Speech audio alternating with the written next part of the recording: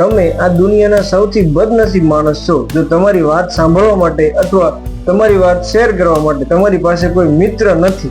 કેમ કે હું જ્યારે સ્ટ્રેસ, ડિપ્રેશન અને વિચારવાળા દર્દીઓને જોઉં છું ત્યારે આ બધા જ દર્દીઓમાં મેં એક કોમન વસ્તુ માર્ક કરી. કેમ કે જ્યારે આ માણસ સ્ટ્રેસ, ચિંતા કે કોઈ ઉપાધિમાં જાય છે તો તેને સાંભળનારો તેની બાજુમાં એક પણ માણસ હોતો નથી. તો આવા માણસને કોઈ એવો વ્યક્તિ મળે જે દિલ ખોલીને તેની વાતને શેર કરી શકે તો તેને મારી પાસે કે કોઈ પણ દવાખાને જવાની જરૂર નથી.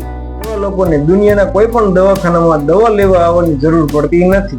એવો માણસ શોધી લો કે જેની સાથે તમે તમારા બધા જ પ્રોબ્લેમને તેની સાથે શેર કરી શકો અને મન ખોલીને તમે એની સાથે વાત કરી શકો અને તમારા મનને હળવું કરી શકો.